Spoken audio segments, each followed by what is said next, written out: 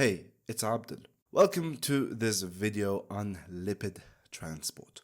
Now, I'm gonna be completely frank with you, biochemistry low-key sucks. It's not the most interesting, it's not the most exciting topic out there, and the pathways are a bit confusing, they're chaotic, they're all over the place. It's so hard to remember the different pathways. But unfortunately, it's one of those things that you gotta study, especially if you're doing step 1. Now, the purpose of this video is to explain this topic, lipid transport, and keep it short, keep it simple, keep it mildly entertaining so you can just slog right through it. Now, without any further ado, let's dive right in. Obviously, like most things, it's probably a smart idea to start with an introduction just to build the basic fundamentals before we really explore lipid transport. Now, obviously, when we say lipids, we really mean the trio: fatty acids, cholesterol, and triglycerides. Now, a fatty acid has a carboxyl group on one end and this long chain of hydrogens and carbons, which is important because these hydrogens and carbons are not soluble in water, which means fatty acids in general are not soluble in water. So in order for them to be able to be transported within the bloodstream, they gotta be carried by something else, by a transporter. Now, if you take 3 fatty acids and you bind them with a big chunky glycerol molecule, you end up with something called a triglyceride. And then you also have the cholesterol, which is kind of just like being chilling on the corner, just doing its own thing. As we said, we have a significant problem. Our lipids are nonpolar, which means they won't be able to be dissolved in water. So they need to be transported by something. 3 fatty acids are transported by albumin, but triglycerides and cholesterol, they are carried by lipoproteins.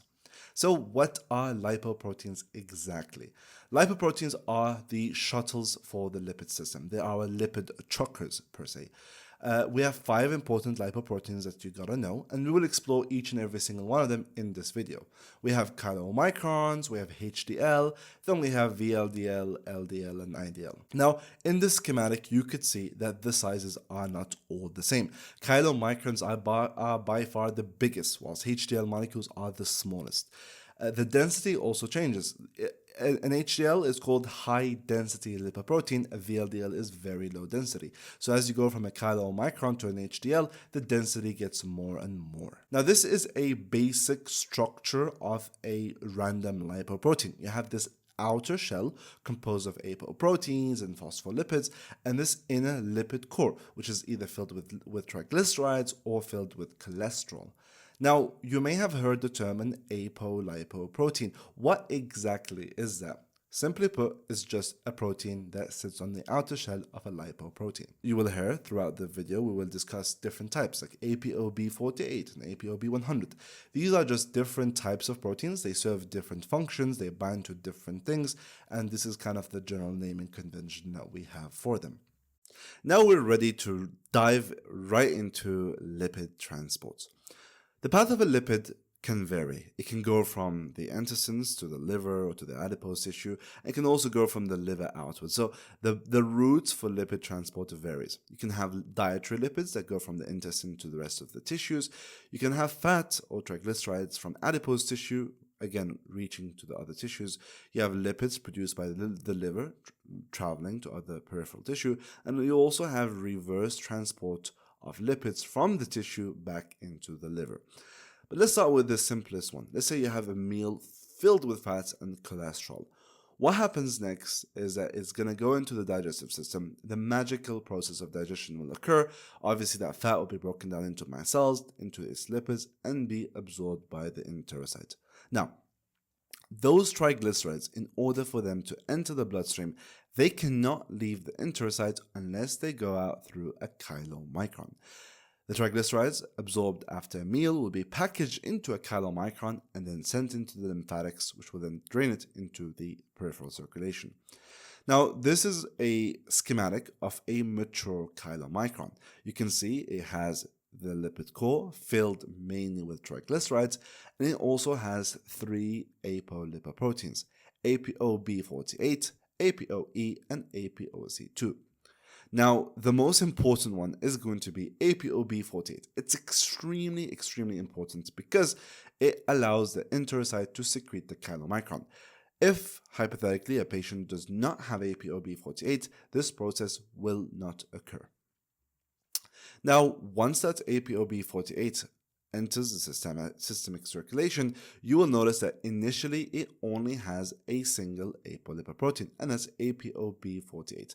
That's what's required for it to be secreted into the circulation. As it goes through, eventually it will meet an HDL molecule, which is very kind, and it will donate to it an ApoE and an ApoC2. Now it becomes a very mature chylomicron.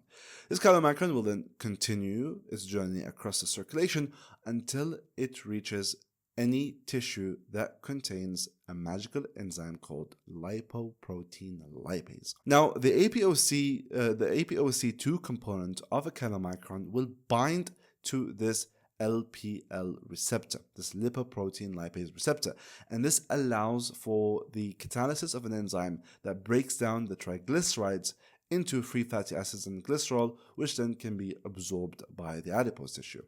So this is an example of a capillary. You can see there's some lipoprotein lipases on its endothelium, and this is exclusive to capillaries in the adipose tissue, skeletal tissue, or cardiac muscle. Notice that you will never find lipoprotein lipase on hepatic tissue. This contains a different enzyme. And the chylomicron will go, and then boom, you'll find binding between ApoC2 and LPL, and then this whole process takes place. Now, obviously, the activity of LPL is modified by a lot of nutritional factors. In the fed state, insulin will promote LPL activity in adipocytes, and when you're in your fasting state or when you're doing a lot of activity, the amount of LPL activity will be upregulated in muscles to allow it to begin to feast on those triglycerides and uptake those free fatty acids. Now, as this happens, this process will continue to happen. The chylomicron will keep shedding and giving its internal triglyceride load. Eventually, the chylomicron will become very small, and we'll call this a chylomicron remnant. Now, this chylomicron remnant will have to be absorbed into the liver at some point, and that will happen via the ApoE apolipoprotein, which binds to an ApoE receptor on the liver. The chylomicron remnant is then absorbed, and we reach the sad and unfortunate fate of a chylomicron at the end of the liver. And this concludes the end of our journey for our chunky chylomicron boy. Now, the liver secretes two main lipoproteins, HDL and VLDL. HDL is a scavenger lipoprotein. It's a hungry boy that goes and tries to feast at the peripheral tissue. Now, HDL contains two important enzymes, LCAT and CETP. LCAT is very simple. It esterifies cholesterol in HDL. This means it converts cholesterol into cholesterol esters. Now, the nifty thing is cholesterol esters are more easily packed within a molecule, so this basically allows an HDL to pack in more cholesterol. CETP is a bit different. The way how it does is kind of works as a transfer enzyme. It receives triglycerides from LDL and VLDL and gives them cholesterol esters in return. This is a structure of a mature HDL molecule. You see, it has the ApoE and ApoC2, which we know that it's going to eventually donate to chylomicrons and LDLs. But what about ApoA1? Also note that the core of an HDL molecule, the lipid core, is mainly filled with cholesterol esters, again thanks in part due to the effect of LCAT. Now, what ApoA1 does is that it activates the LCAT enzyme, again allowing for more efficient cholesterol packing. Now, the main function of a HDL molecule is reverse cholesterol transport. It takes in the excess cholesterol outside of the body and brings it back to the liver.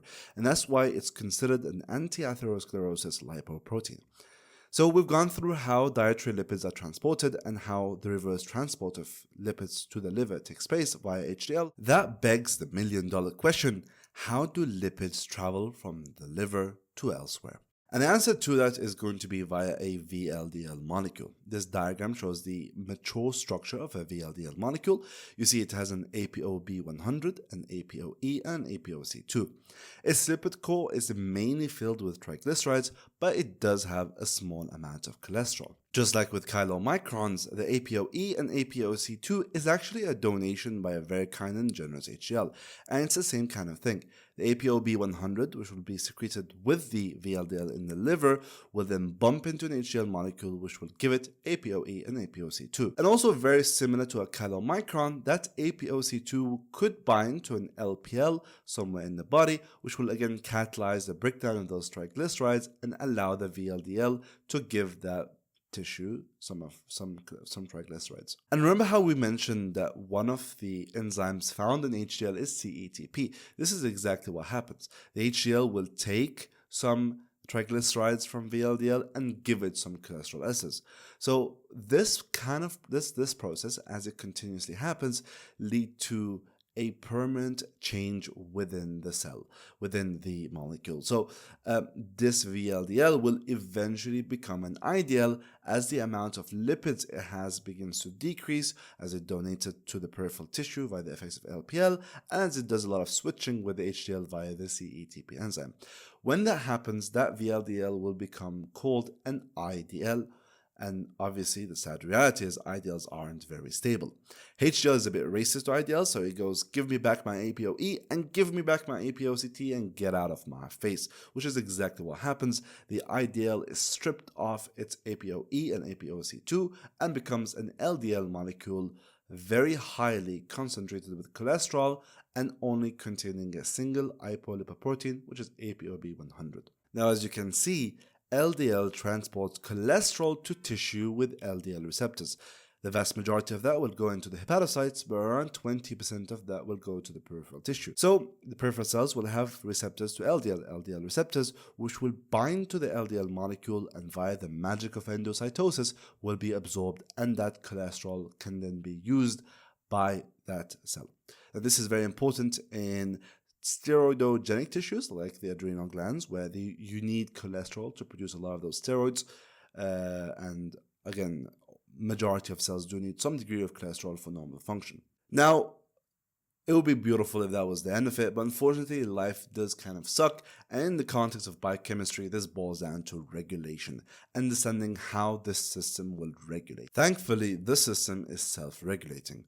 When the levels of cholesterol increases in the liver, it leads to an inhibition of LDL receptor transcription. So obviously less LDL will be taken up by the liver. It also inhibits HMG-CoA reductase, which, as you guys know, is the rate-limiting step of the endogenous cholesterol synthesis pathway. And it also increases ACAT activity, which will allow for the esterification of the cholesterol found within the liver. It's a bit different from LCAT, so don't get confused. And honestly, that's pretty much it. The lipid transport system seems very chaotic at first, but when you break it down to its constituent parts, it's really not that bad. And obviously, I would love to have just been able to post that beautiful diagram in first aid that kind of gives you an overall snapshot of how everything happens, but obviously I don't want to get copyright stricken, so this will do. Anywho, I do hope that you found this video helpful, and obviously pathology and physiology comes hand in hand, so be sure to watch the next video that goes over familial dyslipidemias, which is the clinically relevant pathology associated when this transport does not go to work as intended. Thank you so much for listening and wishing you a wonderful day.